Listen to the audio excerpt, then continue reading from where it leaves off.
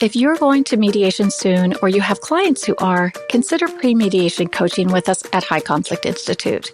This is a brand new service we're providing, and here's why. Most people are unsure what will happen in mediation and how to prepare for it, especially in a high conflict mediation. Studies show that regardless of the skill level of your mediator, learning a few key conflict resolution skills can increase your success of settling your matter out of court. Our pre-mediation coach will work with you in a 90-minute one-on-one session by Zoom or phone to help you learn to stay calm, to make reasonable proposals, and make decisions that can last. A small investment with significant positive outcomes. Schedule your pre-mediation coaching session on our website at the link below in the show notes or call us at 619-800-2070. If you're a lawyer, mediator, or other professional and want more info, just ask us at highconflictinstitute.com on our contact page, or feel free to provide the coaching link directly to your clients today.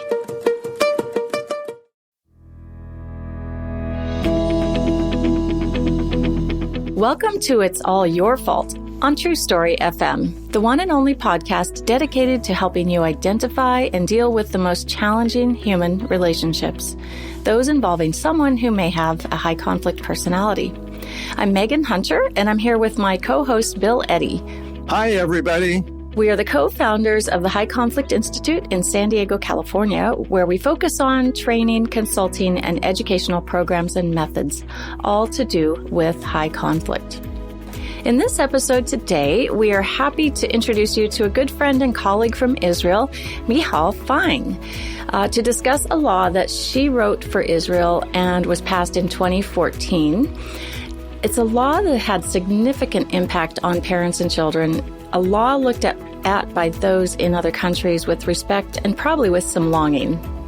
But first, a couple of notes. If you have a question about a high conflict situation, send it to podcast@highconflictinstitute.com or through our website at highconflictinstitute.com/podcast, where you'll also find all the show notes and links.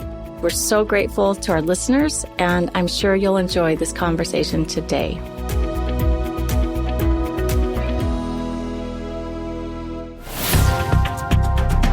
So I want to first introduce our very special guest who's joining us all the way from Israel, Michal Fein. And I know I'm not saying it right, and I promised you listeners last week. She'll help us with that later. So she is a leading family and divorce lawyer and a member of the Israeli Bar Association since 1999. She's a mediator and a practicing collaborative divorce lawyer, which, as our listeners know, those are two passions of ours. And she's known for her legal creativity and problem-solving approach to law and an awareness for her clients' well-being. So she's very much in alignment with what Bill and I do and the goals of the High Conflict Institute. She's a social activist dedicated to change the culture of divorce. She is a member of NGO organizations such as the Association for Peaceful Divorce and the International Academy of Collaborative Practitioners, known as IACP. She drafted this bill that we're going to discuss today for MK Marav Mekiela, probably another name I've butchered, which led the legislation of the Family Dispute Settlement Law. And she was later appointed by the Israeli Ministry of Justice as a public representative. So this is what we'll be talking about today. And I just want to welcome you to our podcast. And I'd love for you to say a quick hello to our listeners and tell us a little about yourself. Thank you, Megan. Thank you, Bill. Thank you for inviting me to your podcast. It's an honor. Well, I'm an Israeli, born and raised in Tel Aviv, sunny, warm, by the sea city with a very vibrant cultural life. You can say that. It's a very happy place to be living in. So here I grew up, and here I raised my 3 children. I've got a big girl who is 19, a gorgeous, lovely young lady, and 2 boys, age 15 and a half all teenagers in one house. It's a big one happy family. Oh, Not, teenagers. Wow. A lot. yeah, That's a lot. not a dull moment No. in our house. And you have a lovely husband who is an artist and a very creative man and loves you very much. I know Yes. this. Yes, I'm blessed with Yes. that. Yes, indeed. Now we know where you grew up already. We kind of go into our fun questions with all of our guests. And the first one is, where did you grow up? And obviously it's Israel. But the next one is, do you have a favorite book or movie? Are you a reader or a watcher or both? Both. Both. Both. I'm always reading something. Most of the time, a couple of books at the same time. Oh, you're one of those. Yes, I'm one of those. Picking up one book and continuing with another and again and again.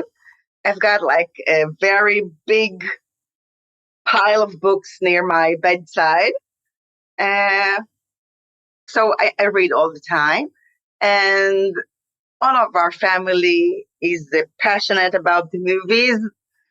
We all go together to most of the newest movies that come out. But I also was very passionate about giving my kids a film education, you can say that. So I show them all the classics and the musicals, which I adore. So they know most of the musicals by heart, I think. Wow. But what I love the most, you can see that you will see very fast that I'm a incapable romantic. I like The Princess Bride. That's my favorite one. Yeah, I think I saw that many times. First time I saw that, I was in the army. So here in Israel, it's a mandatory service. So is the movie mandatory? Time For me, it is. Oh, that's a great movie. Yeah, that's a great movie. But it's really hard to pick just one. And another movie that I saw many, many, many times. Usually I don't see a movie more than once, but there's the movie of the Coen brothers about family lawyers, Intolerable Cruelty, that I like to see and laugh about my own profession. Intolerable Cruelty. Interesting. Yeah. Does that translate to high conflict? I'm not sure. That says a lot, I think, about the profession. Yeah. Okay. And interesting. Yes. And the question of the professional identity of a family lawyer, that's a question that really entangles me. And the movie has a special edge about it, so I can relate. Bill, have you seen that movie? I haven't. I'm not a movie person, and I haven't seen that movie, but I've already put that on my list, so I definitely will. Same here. Good. Thanks for the recommendation. All right, so the last fun question. If you could sit down for a conversation with one person from any point in history, who would it be? Wow, that's very, very big one. That's a very difficult question. I don't know if I can really cultivate one person from all of the history of humanity, but I would really love would have loved to sit down with Ruth Bader Ginsburg and have a good talk with her as a woman lawyer, as a feminist, as a social activist. She had a long, hard way, but she accomplished so much. So I think that will be a good one. Yep, that would have been a very stimulating conversation and a long one, I'm sure. I'm sure also. That's good. That's great. Thank you for sharing that. I just think it's very interesting. So let's kind of dive into the good stuff, right? So when we first met several years ago, you had already drafted this bill called the Family Dispute Settlement Law. But let's go back to the time before the law was drafted and passed. How did it come about? What led up to it? It took a long time to really write it in a way that it can pass, okay, in the Israeli parliament, which is the Knesset. It started, if I recall, at 2005, when the first committee, one of the committees of the Justice Department in Israel, has drafted a set of recommendations of how to increase mediation rates in family disputes. But it was written and was put in the drawer, as they say. It couldn't be pushed any further than that. And I can tell you from my point of view that I returned to my studies as a master's student in 2011, and I started to ask questions, many questions about the relationship between law and society. And particularly, I wanted to know how people can be encouraged to choose collaborative divorce, and how can we do that in Israel? It was a really problematic question that many of the lawyers that wanted to practice collaborative law in Israel were struggling with, because the main obligation of collaborative law is avoid going to court. And that wasn't possible for us as family lawyers in Israel. And to understand why it's not possible for a family lawyer in Israel to avoid going to court, you need to understand about the system a bit. Israel is a Jewish democracy, meaning we have a dual system, a religious one and a civil one. In particular, in matters of marriage and divorce. Okay, it's a very ancient system. And this ancient system means for us, that for a family lawyer in Israel, that we have a problem with not going to court.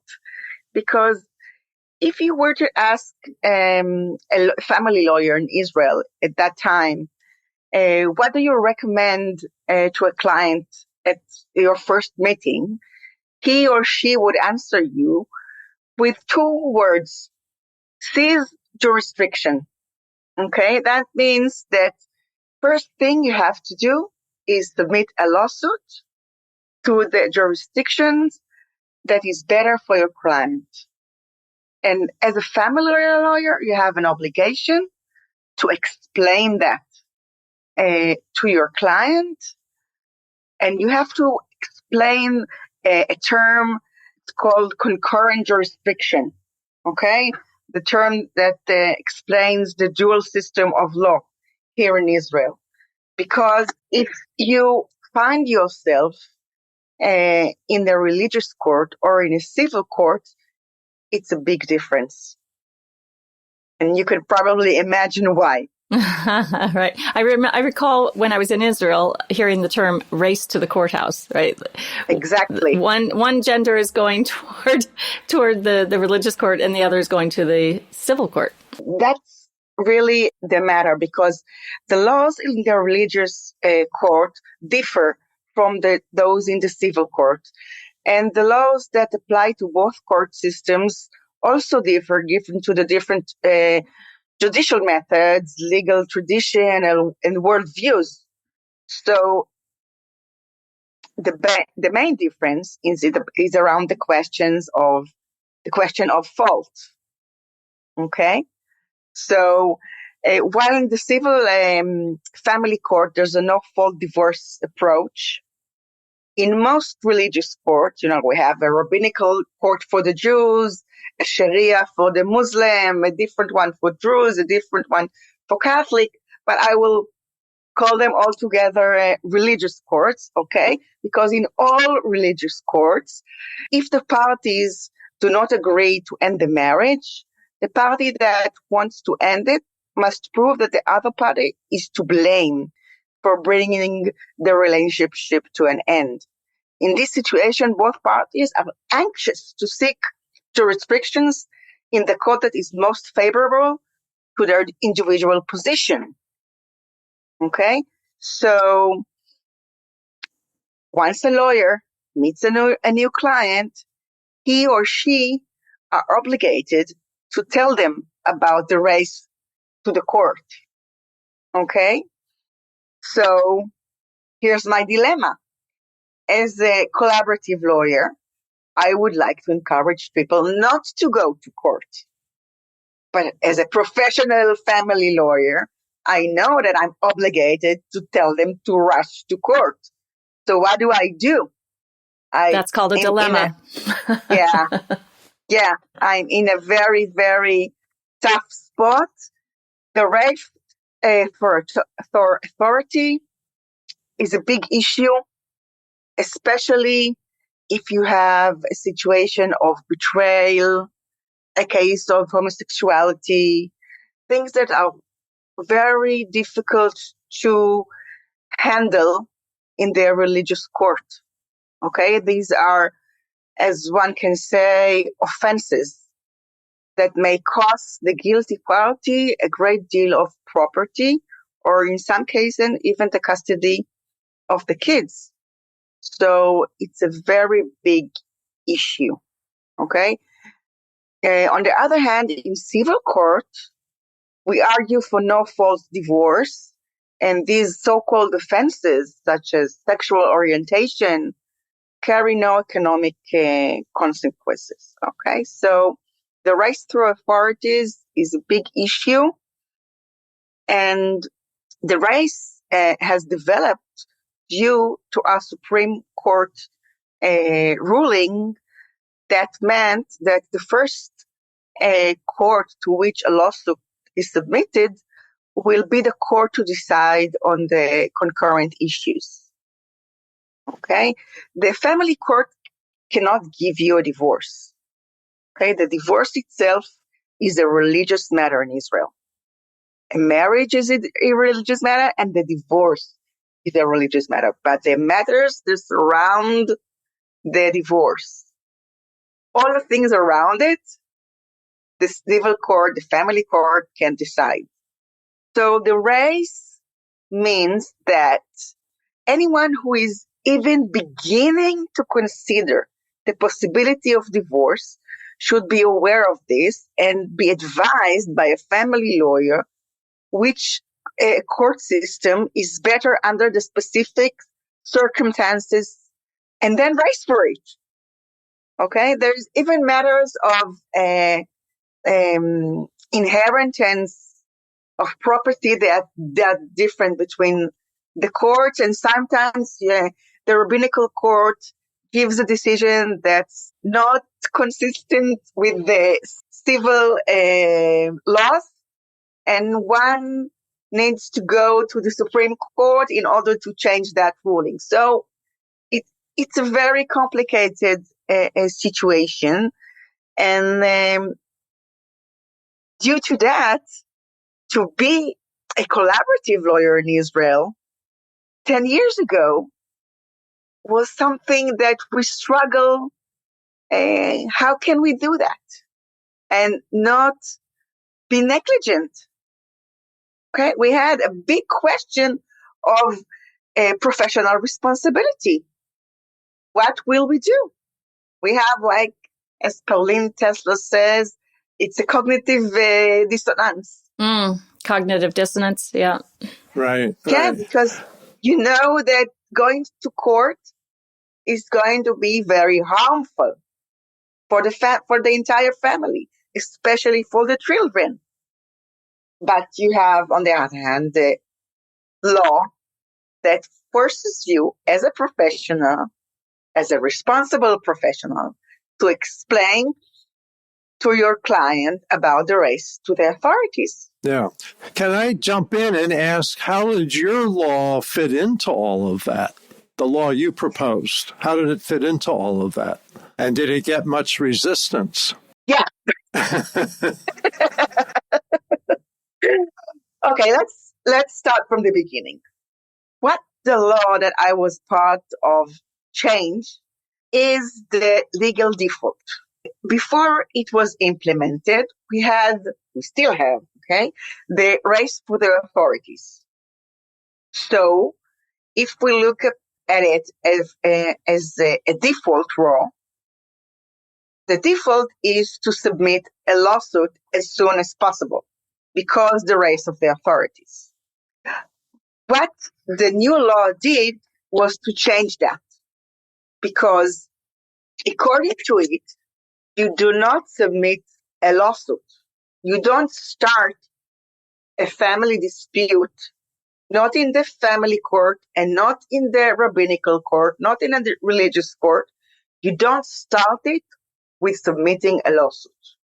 You start it with a different way. And that's the change.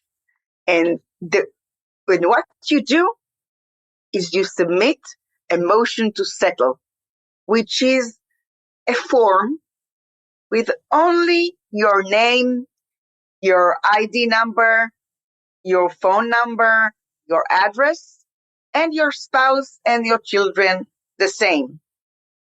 Family name, first name, date of birth, phone number, address, phone number, email, max.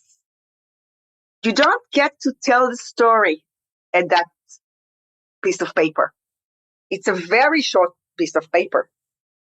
You don't have any place to put any details beside that initial personal information. Good. Yeah. And that's not the only thing it does.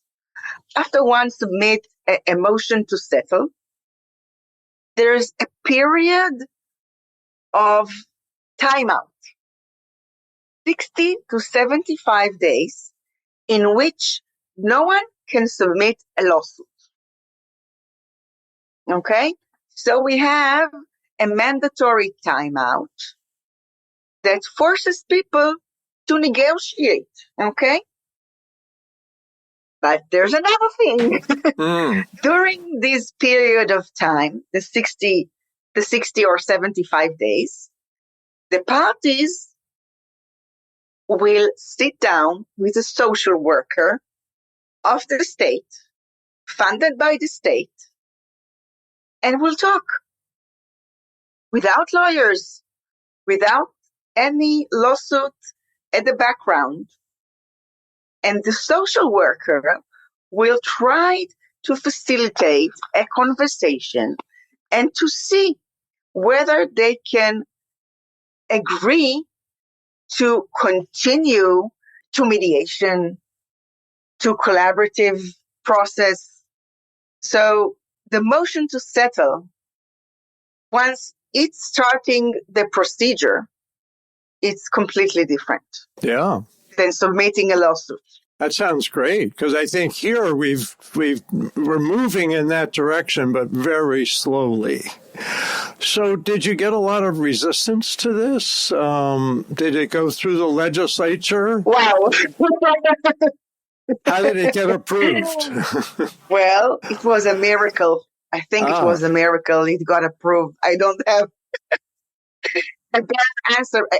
Actually, MK Merav Israeli did an amazing parliament work, and she managed to negotiate a situation in which not all, but most members of the Israeli parliament were behind this bill, and they all were joined by the notion they have a chance to do something good for the people of Israel. Excellent. So it really was a remarkable point in our parliament history to see the coalition and the opposition collaborative together in order to move on with this bill, and it became a law. Fantastic. We had a lot of voices that were calling this revolution, so-called, they called it, they found it offensive to lawyers, first of all, okay? Yeah. Because they saw that as unfortunately, as like an attack on their professional identity, saying that lawyers are doing bad things to their clients. But that wasn't my way of thinking, okay? My way of thinking was that this is an opportunity for our profession as a lawyer. I'm talking as a family lawyer.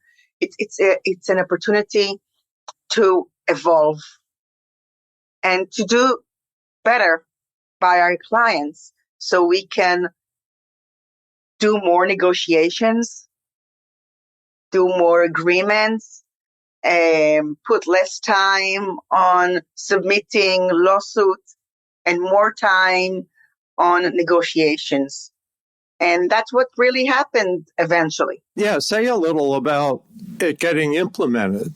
Were there forms, were there procedures, and did the professionals really shift their approach? I'll start with the end, okay?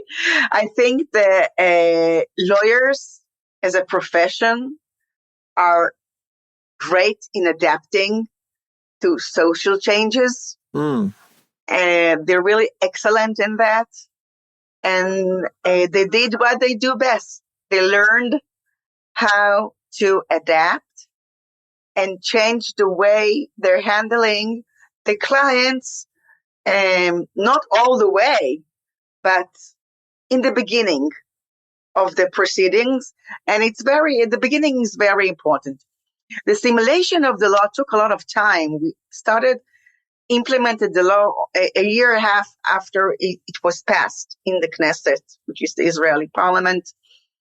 And we had to establish a new procedure with new forms and new regulations in order to make sure that we can take into account all kind of circumstances that can happen, because we have the legal proceeding postponement period, the 60 or 75 days that one cannot submit a lawsuit.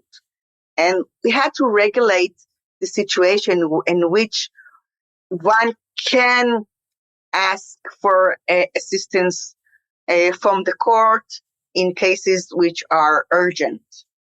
Okay, so we had to find out in many circumstances what to do, in many circumstances what to do, and we had to regulate that, and we did that in order to the law to be implemented. A few years ago, I had the enormous privilege of being in Israel, and I think it was the first time we met in person, and this law had been implemented for a little over 2 years at that point. So I had the really wonderful privilege of speaking to you and a group of family law stakeholders about the law and possible changes to it in the future.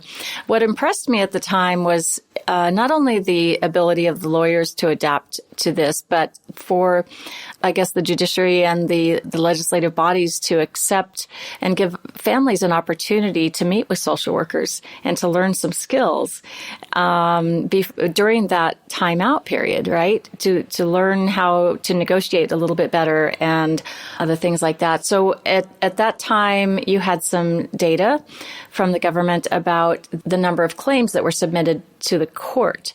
What were you seeing at that 2-year mark? And now here, several years later, about the 6-year mark, has it stayed the same or changed? Well, we see that the data is the same. The first year of the implementation of the law, we saw a sudden drop of 70% in the claims that were submitted. And we were shocked, and we said to one another, this cannot be true. And eventually it wasn't true. Okay. 70%, 70. The first year, the first year was like a shock period. Okay. And from the second year on, the numbers the numbers settled. The numbers were the same from the second year on. And what we see is a drop that is at least less dramatic, not 70%, but 45%. Okay, the numbers of claim filed in the second year of the law implementation, if we look at the numbers, at the year in 2018, there were about 25,000 claims. Okay. But the number of claims in the previous year before the implementation of the law were 46,000? 46,000. So the drop was 35%. Wow. And it sustained this, it stayed the same. Okay.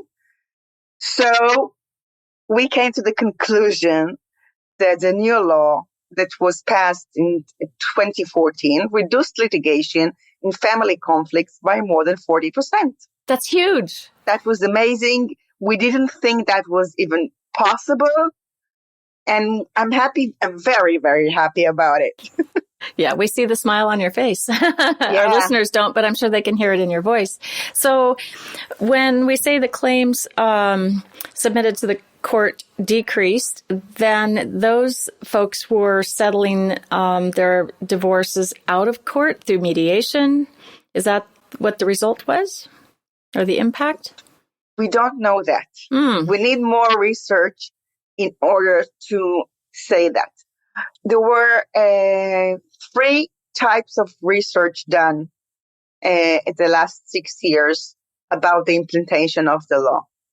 What we came to understand that reducing the incentive for litigation does not necessarily increase the use of ADR processes. We did see lawyers adapt quickly and marvelously, meaning that lawyers were now doing a lot of more negotiating before submitting lawsuits, before submitting a motion to settle. We saw parties submitting a motion to settle and then going to mediation. We saw people going to mediation without submitting a motion to settle because they knew that will happen anyway. Okay, they will have to sit down and talk. But we don't have numbers. We don't have data that can actually tell us after a research that we have more settlements. That we cannot say in this point of time. Well, maybe some of the parties got back together and didn't divorce at all. Who knows? That's also one of the things that can happen in family matters. You know, we say that in Israel we have Shabbat.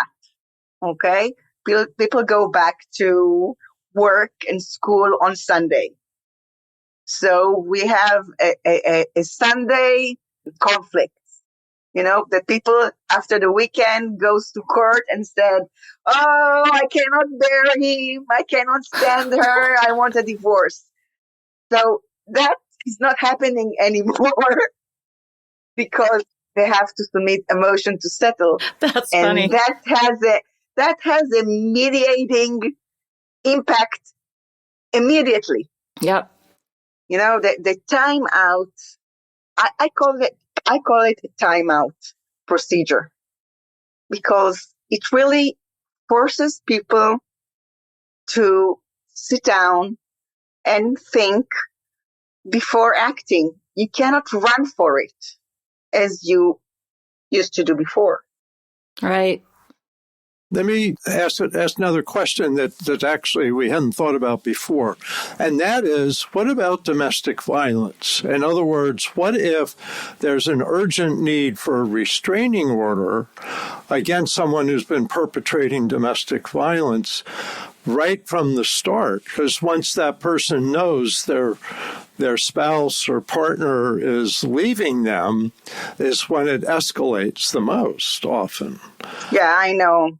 That 60 to 75 day waiting period, is there a way to get a restraining order of protection before? One can get a protection order in any time. Okay. This particular law does not extend above the law that can give you a restraining order.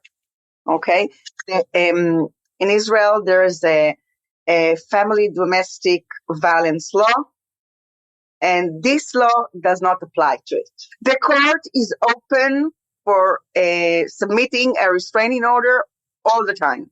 Okay, but not making divorce decisions. That's the difference that your law That's the difference, impacts. yeah. Great, okay. Yeah. But in that matter of family violence, domestic violence, we did see that submitting a motion to settle helps women in crisis because they have more time to regroup and rethink and get advised about what they want to do when they have the restraining order intact. So the combination helped. Yeah. Yeah. You can have a restraining order, or you can be in a shelter. Okay. Many women go here to a shelter. And while the woman is in a shelter, she submits a motion to settle, and it buys her time. Mm-hmm. Interesting. So we initially thought that these women will need to shorten the period of the timeout, and we regulated a rule that enables them to do that. But we found that they don't want to do that. They want the time to regroup. So that was an interesting outcome. Fascinating. Yeah. So let me ask just about mediation. That was my primary career, even though I became a lawyer and was also a therapist. But did this significantly increase the use of mediation, and I guess with that, lawyers becoming mediators? Because that's what we've seen in the United States. Well, I can tell you that that's what I feel, but I don't have the numbers to support that. I can say there is a big increase in demand for mediation courses, for collaborative training, for professionals. That I can say. I can also say that my mediators' friends have more work, but I don't have that in official numbers. Okay, that's okay. That's okay. That's what I can say. I need to be responsible to my answers. And you are.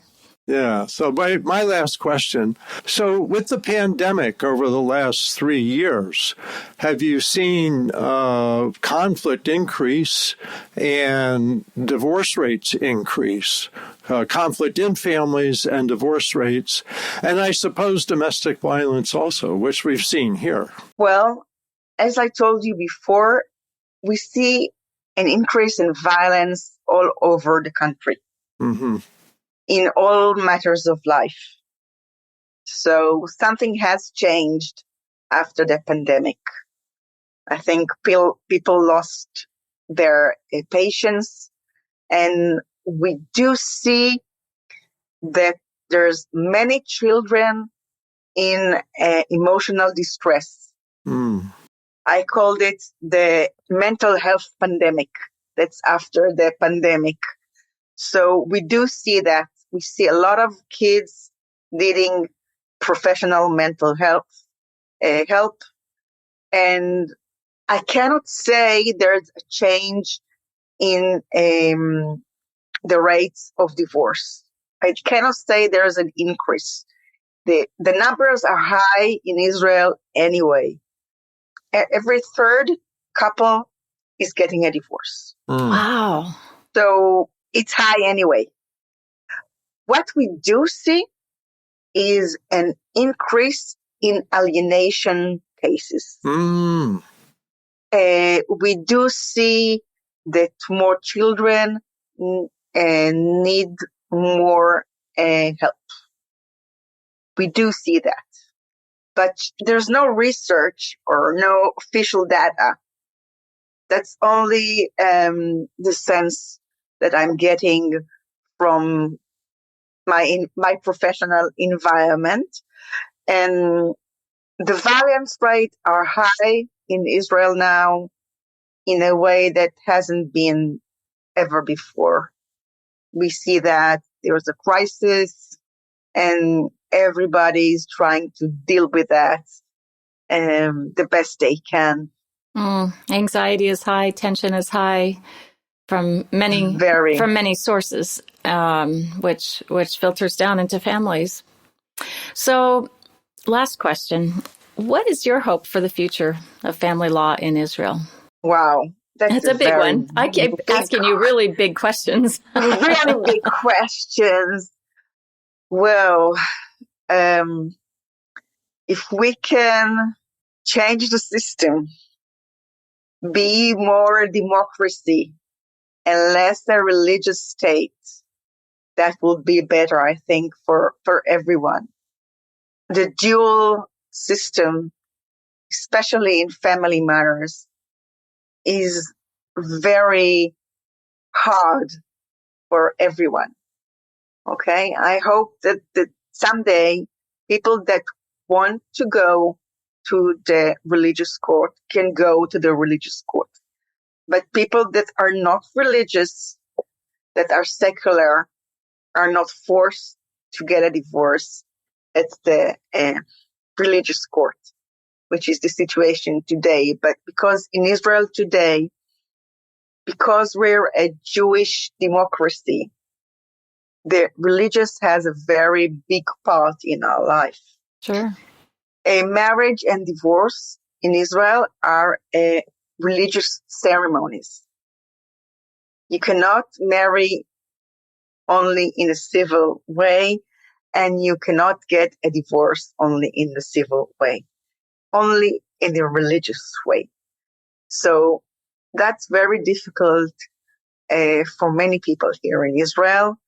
And I hope the people of Israel can work it out in a peaceful way and can come about to a new agreement about the way of life here in Israel, that it will be more a democracy and less a religious one.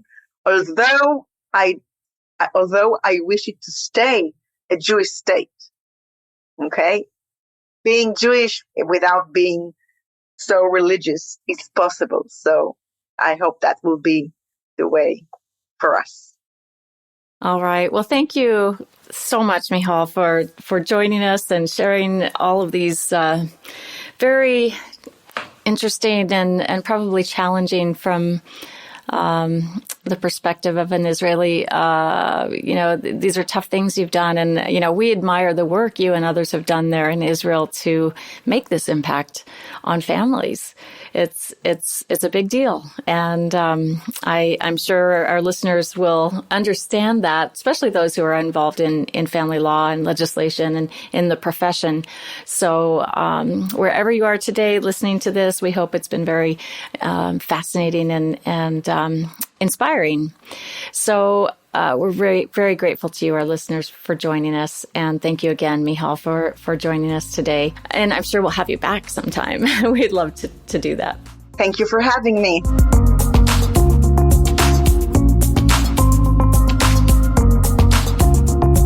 So next week in our episode, we'll talk about why connection is so important in high conflict interactions. In fact, it's critical. So send your questions to podcast@highconflictinstitute.com or submit them to highconflictinstitute.com/podcast. And please tell all your friends about us. And we'd be grateful if you'd leave us a review wherever you listen to our podcast. Until next time, keep learning and growing and give kindness to others and to yourself while we all strive toward the missing piece. It's All Your Fault is a production of True Story FM. Engineering by Andy Nelson. Music by Wolf Samuels, John Coggins, and Ziv Moran. Find the show notes, and transcripts at truestory.fm or highconflictinstitute.com/podcast.